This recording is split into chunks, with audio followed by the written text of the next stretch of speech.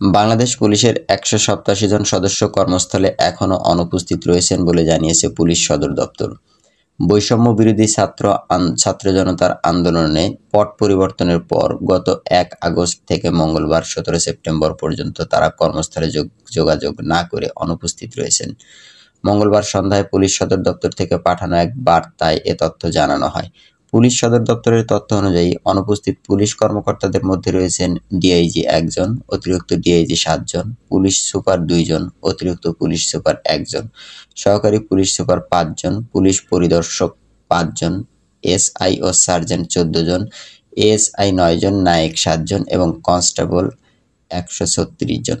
আরও জানানো হয়, ১৮৭ জন পুলিশ সদস্যের মধ্যে ছুটিতে অতিবাস ৯৬ জন, কর্মস্থলে গড়হাজির ৪৯ জন, স্বেচ্ছায় চাকরি ইস্তফা দিয়ে কর্মস্থলে অনুপস্থিত ৩ জন ও অন্যান্য কারণে ৩৯ জন কর্মস্থলে অনুপস্থিত রয়েছেন।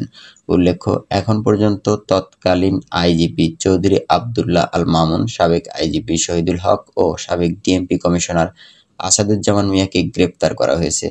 অন্য শীর্ষ কর্মকর্তারা এখনও ধরাছোঁয়ার বাইরে।